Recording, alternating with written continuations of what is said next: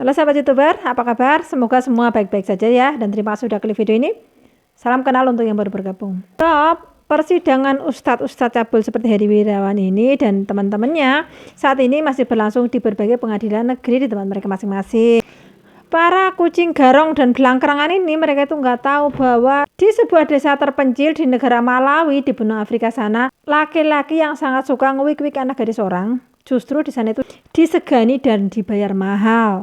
Penduduk desa itu menyebutnya sebagai ritual pembersihan agar mereka terhindar dari berbagai malapetaka. Jadi para orang tua di desa itu yang punya anak gadis sudah puber atau baru haid rela membayar seorang pria yang mereka sebut sebagai Hena. Tentu saja untuk memerawani putri-putri mereka. Hal itu harus dilakukan selama 3 malam berturut-turut. Apabila mereka tidak melakukan tradisi itu, ritual Hena, mereka akan kena sial seperti sakit dan langsung mati. Bisa dibayangkan kalau sampai Heri Wirawan dan teman-temannya si oknum ustadz yang cabul-cabul itu dengar soal ini, mereka bisa pada pindah ke Malawi semua. Sebab ritual pembersihan Hena ini bukan dilakukan hanya kepada perawan-perawan yang baru saja haid saja, tapi kepada janda yang baru ditinggal mati oleh suaminya harus dihena. Juga para perempuan yang sudah lama menikah dan belum bisa punya anak, dia harus dihena. Para wanita yang habis keguguran juga harus dihena alias bobo bareng dengan pria yang disebut Hena ini. Dilakukan selama 3 hari berturut-turut dan harus bayar, teman-teman. Laki-laki ini namanya Erik Anifa. Dia juga seorang Hena. Dia mengaku sudah membela durian atau memerawani lebih dari 150 orang gadis. Rata-rata umur mereka adalah 12-13 tahun.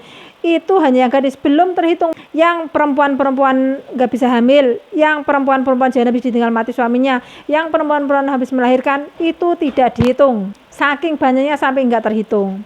Dan mereka semua adalah diembat selama 3 malam berturut-turut. Bahkan sampai-sampai Erik Anifa ini mengaku kewalahan saking larisnya dia. Apalagi Erik Anifa ini memasang tarif yang relatif lebih murah, yaitu sekitar 60.000 saja dia pasang tarif. Dia lebih murah daripada tarif Hena-Hena yang lain.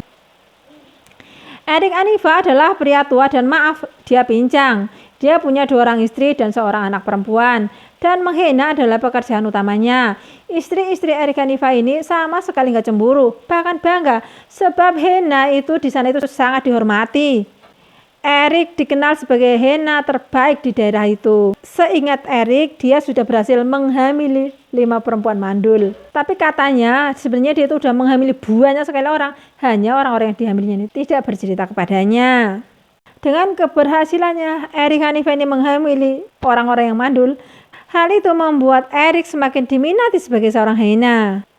Padahal menurut pengakuan para gadis-gadis, seberapapun bangganya Erik sudah bisa memerawani anak gadis orang, para gadis-gadis ini mengaku sebenarnya itu mereka itu sangat terpaksa, sangat marah, sangat jijik memakai jasa Hena dalam tradisi itu. Tapi para gadis-gadis ini tidak bisa berbuat banyak selain pasrah.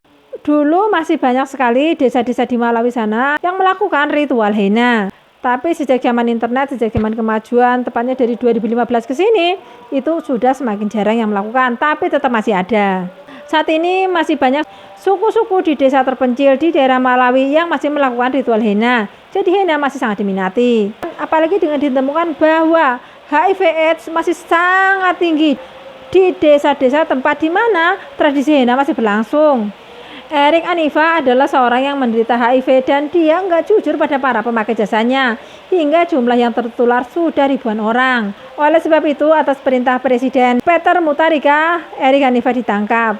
Erik Anifa menjalani investigasi lebih mendalam atas dugaan penularan HIV/AIDS pada para gadis muda, para janda, para wanita mandul, dan para wanita yang habis keguguran. Presiden juga memerintahkan semua orang yang terlibat termasuk orang tua para gadis yang mengumpankan anak-anak mereka kepada Anifa harus dimintai pertanggungjawaban karena menjadikan anak-anak dan perempuan sebagai korban dalam kejahatan itu. Teman-teman, bunyi hujan. Jadi pada tahun 2016 Erik Anifa ditangkap oleh polisi dengan tuduhan sengaja menyebarkan penyakit HIV/AIDS kepada banyak sekali wanita-wanita di daerah itu. Praktik mengerikan, meski dilakukan segelintir orang, telah mencoreng citra seluruh bangsa Malawi di dunia internasional dan membuat malu para penduduk Malawi yang dikenal dengan sebagai orang baik. Tapi Erik Anifa hanya satu yang mau mengaku dari ratusan hyena-hyena lain yang belum terkonfirmasi kesehatannya. Tapi biarpun sudah dilarang oleh pemerintah daerah setempat, praktik hyena masih terus menjamur, masih terus dilakukan walaupun secara sembunyi-sembunyi di desa-desa pedalaman Malawi sana. Nah teman-teman, masih banyak sekali nih lowongan untuk para hyena. Jadi bila ada yang berminat, mengingat pria-pria di Indonesia itu terkenal sebagai pria yang romantis dan tampan dan lebih ganteng daripada pria-pria di Malawi tentu saja. Itu menurutku sih. Tapi kalau soal size atau ukuran, wallahu alam. Dadah, makasih ya. Jangan lupa like, komen, dan subscribe.